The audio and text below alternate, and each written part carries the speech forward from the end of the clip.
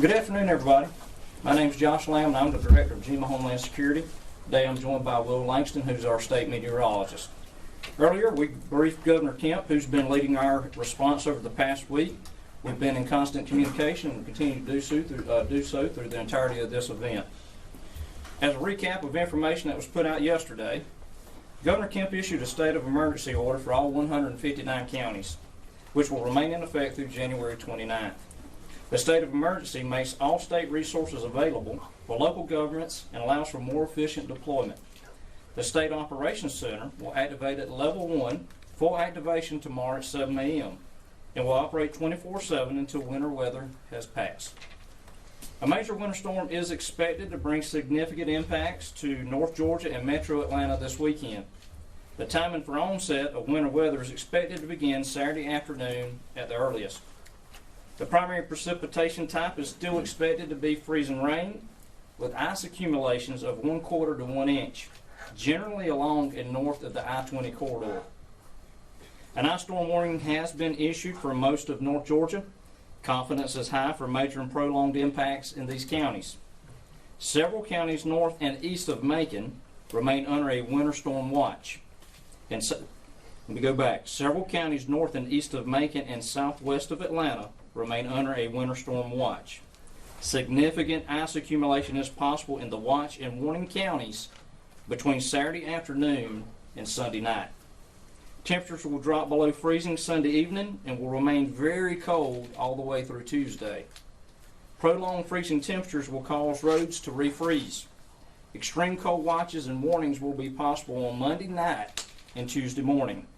Burst pipes will be possible with this level of extreme cold. Dangerous travel conditions are likely in the watch and warning areas as early as Saturday afternoon and will continue to worsen throughout the day on Sunday. Hazardous road conditions could also affect the Monday morning commute. Downed trees and power lines could cause extended power outages and debris issues in the watch and warning areas through Monday afternoon. GEMA Homeland Security is coordinating with partners at all levels. That includes our state agencies and our utility partners to ensure Georgians have the resources they need before, during, and after potential winter weather impacts. Resources such as water, blankets, and MREs have been moved across the state where they can better fit the needs of those likely to be affected. We're also working with the Department of Public Health to ensure that nursing homes know who to call if they lose power. Residents should check with their local officials for information about warming centers and comfort station locations. Georgia State Parks are also opening warming stations for public use. Those locations can be found at georgiastateparks.org/alerts. Georgia DOT crews will start pre-treating interstate highways across North Georgia beginning at midnight Friday night into Saturday. Brown operations will continue around the clock, and crews will continuously monitor roadway conditions and treat as needed through the duration of the event. Georgia State troopers are prepared to respond and assist motorists, but do us all a favor and stay off the roads. The Department of Agriculture, along with DNR and the Forestry Commission, who will operate from a unified command, will have response teams standing by with ATVs, chainsaws, and tow straps. For all of the work that GEMA and our state partners are doing to prepare for the warning storm, the best help we can get is for individuals to prepare for themselves. We ask that everyone takes the time now to prepare your family, prepare your home, and prepare your car. Sit down with your family and make a communications plan. Know how you'll contact one another if you're reconnected, and if you're separated, how you'll reconnect. Make sure you have a ready kit with enough non-perishable food, water, and medications for 3 days. Ensure you have warm clothing and blankets. Have flashlights and batteries. Update your first aid kit. Remember, always have a way to charge your phone. If you have pets, make sure they have enough food and water for at least 3 days, and let them spend as much time inside with you as possible. Take precautions like installing and testing smoke alarms and carbon monoxide detectors. Cover your outdoor pipes, seal your doors, windows, clean out your gutters.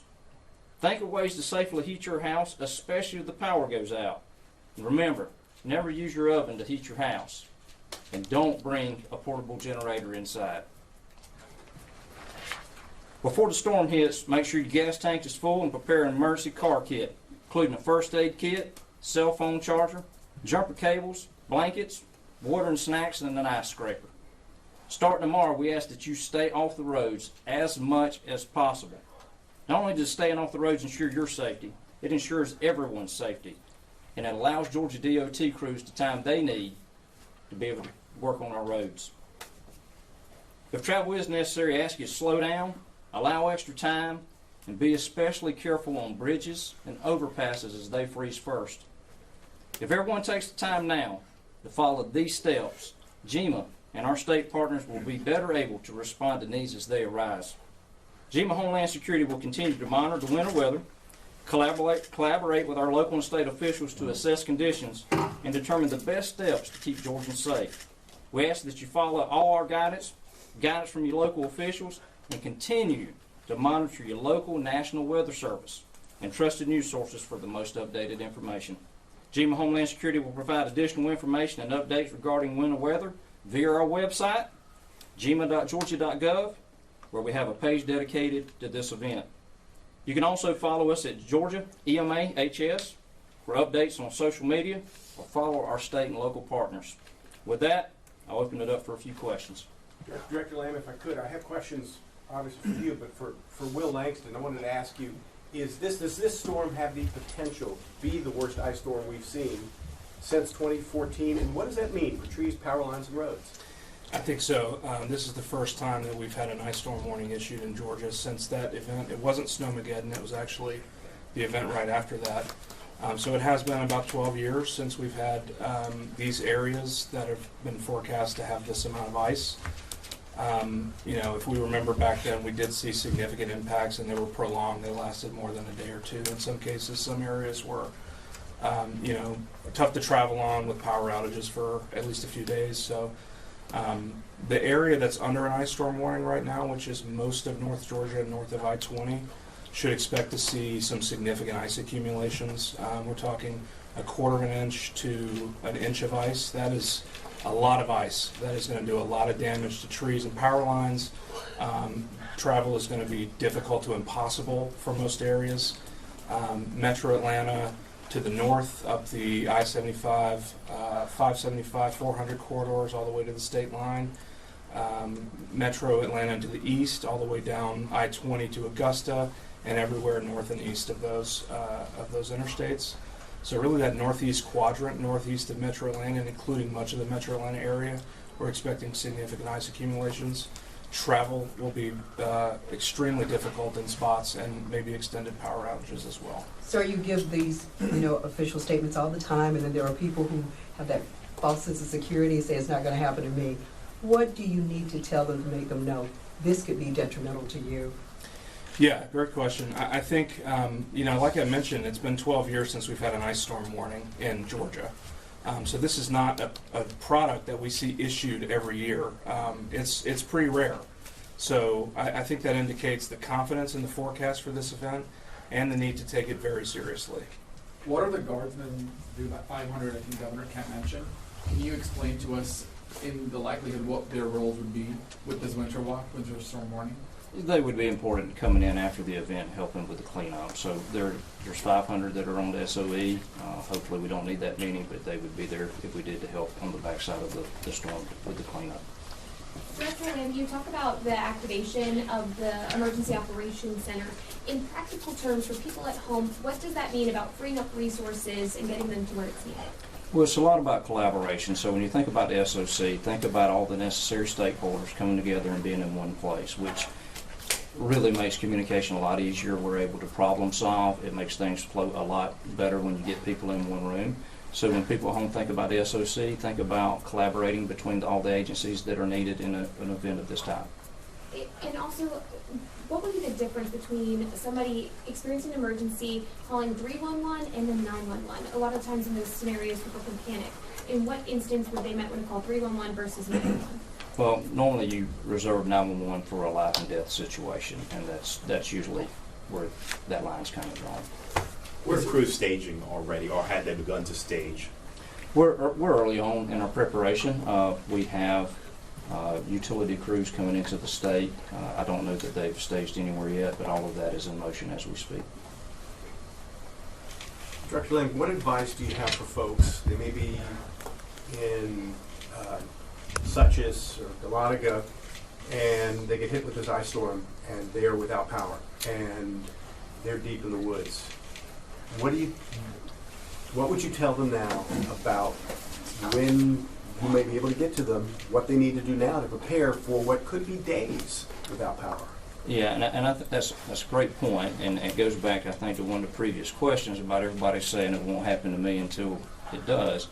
And I go back and I say that is the reason we stress so much about preparing now. When you find yourself in that situation, there's not a whole lot that you can do. So I would just really stress to them now to be proactive and be prepared, because what you do now is going to determine the situation that you find yourself in later.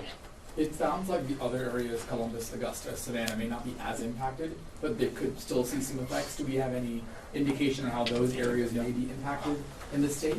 Yeah, so Augusta will likely be impacted, but you mentioned Columbus and Savannah. They're not expecting ice accumulations down there. In fact, in probably the southern half of Georgia, on Sunday it's going to be pretty warm. Could reach the 70s in some areas. That's just a product of the wedge that's moving in. It's going to be very cold in North Georgia, but the southern half of the state is going to be fine. So really, if you're in the southern half of Georgia, you really don't have a whole lot to worry about other than, some heavy rain and maybe some thunderstorms on Sunday. It's really that I-20 corridor in north and really Macon to Augusta and north that we're expecting to see those ice accumulations. What exactly in Augusta is it going to be as bad as Athens? We just don't know yet. Further north is going to be worse. Augusta's probably on that kind of line, but they are in an ice storm warning as well in Augusta. So I would expect impacts there. I'm sorry, but Good. how much different or how much bigger do you expect this event to be than last week? Oh, significantly bigger. Last week was 1 to 3 inches of snow in central Georgia. Travel disruptions didn't really occur. We didn't really see any power outages. This is completely different. 2 or 3 inches of snow with roads pre-treated, you can do a lot with. An inch of ice is pretty much impossible to do anything. Power's going to be out widespread. Travel's going to be impossible. So if you're in North Georgia, north of I-20, especially Northeast Georgia, prepare for significant major impacts. Will, I know it's been a while since we've had an ice storm warning here in Georgia. Have there been any storms in our history that you're aware of that kind of track along the lines of this one? This question comes from our meteorologist. She wanted me to ask you. Yeah, so the 2014 one is very similar. You might hear the term the wedge that's moving in. That's a weather pattern that we get frequently in Georgia. The difference with this event is the strength of that wedge with the moisture coming in. That's pretty rare. So we have had several events like this in Georgia's history, but it's been 12 years since we've really had one of this magnitude.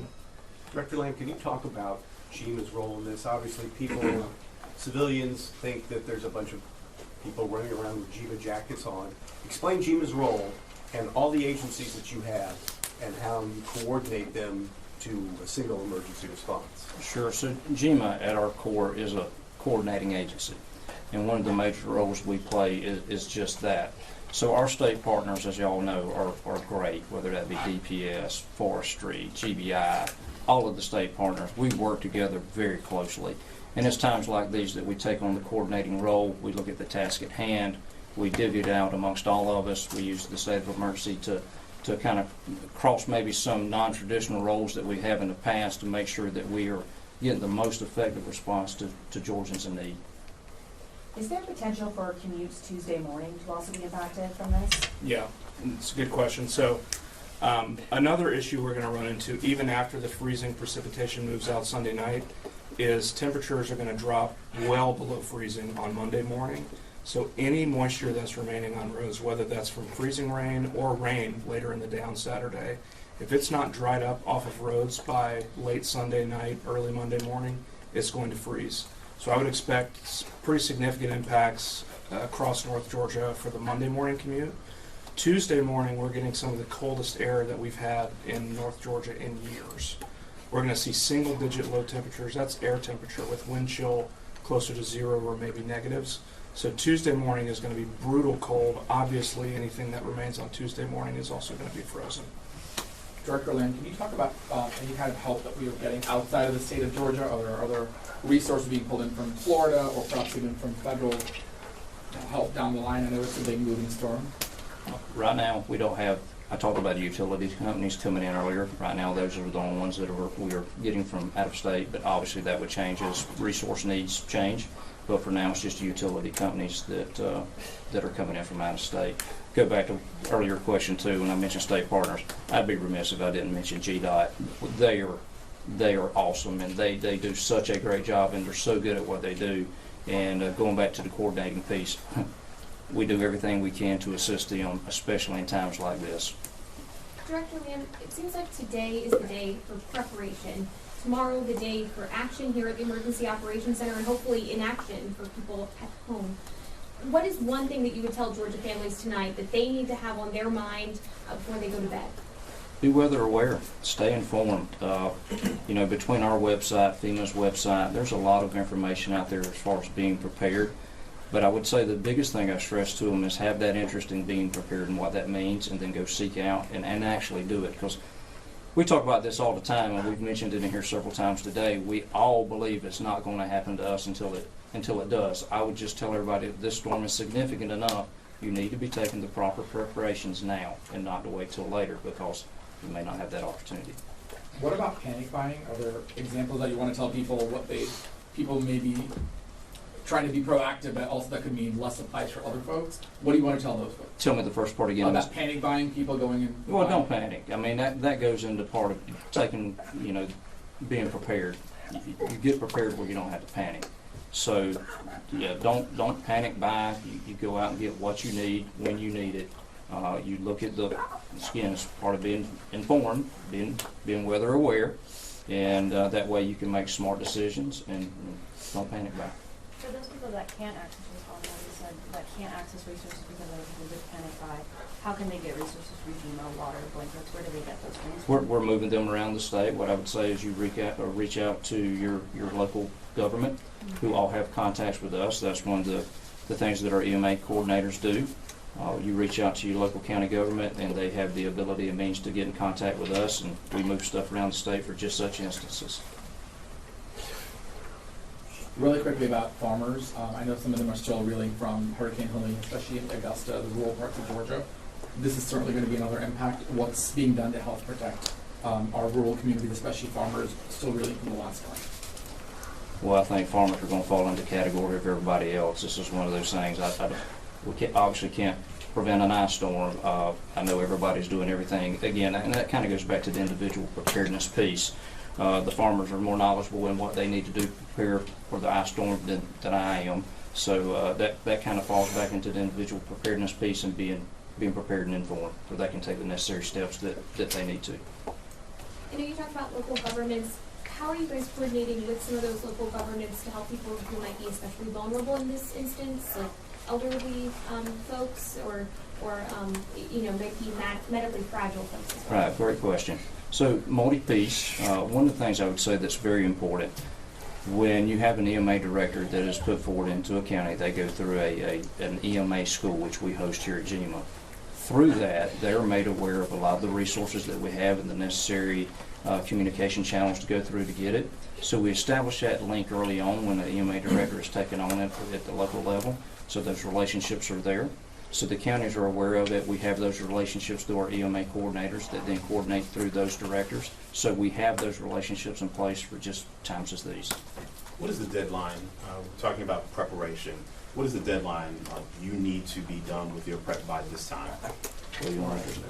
Tomorrow afternoon. At the latest, I mean, that's when it's going to really come in. I would encourage everybody to do it today, because I think the earlier you can do it, the better. But it sounds like the no-go line's kind of tomorrow afternoon.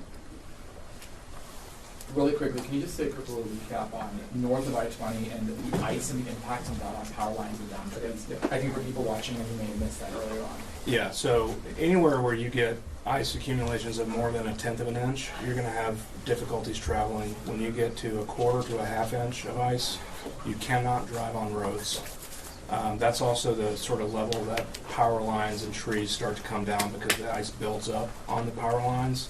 Trees fall, power goes out, and if power companies can't get to those areas because you can't drive on the roads, you can't get the power back on. When you're talking 1 inch of ice, that rivals some of the biggest ice storms we've ever had in the state. And not only are you talking about impossible travel conditions, you're talking about power outages that may not be able to be fixed for days. So again, if you're in the ice storm warning area, not everyone in the ice storm warning is going to get the same impacts. If you're further north and east, your impacts are going to be higher. But if you're in the ice storm warning, you need to be prepared to not travel between Saturday afternoon and at least Monday morning, and prepare also to potentially have no power, Sunday night, Saturday night through Sunday, maybe into Monday as well. Yeah, how likely are we to see massive widespread outages that last for days and days and days? Yeah, it depends. Areas that get those half-inch to an inch accumulations, it's also going to be a little breezy. So we're looking at, sustained winds of 10 to 15 don't sound like much with gusts 20 to 30, but that's more than enough to knock down already fragile trees and power lines. So it really just depends on where the heaviest ice accumulations occur. The wind's going to be there, and we have a lot of trees in Georgia, and they fall. So if there's power lines in the way, there's going to be power outages, and if crews can't get there, then the power's just not going to get put up. They're going to work as quickly as they can, but if it's bad enough, they're just not going to be able to get there.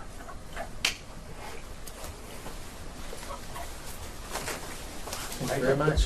Thank you. Thank you. Thank y'all, everybody. I'll just close with this. I would encourage everybody to be proactive, be prepared, stay informed, and again, stay off the roads. Thank y'all. Thank you. Thank you.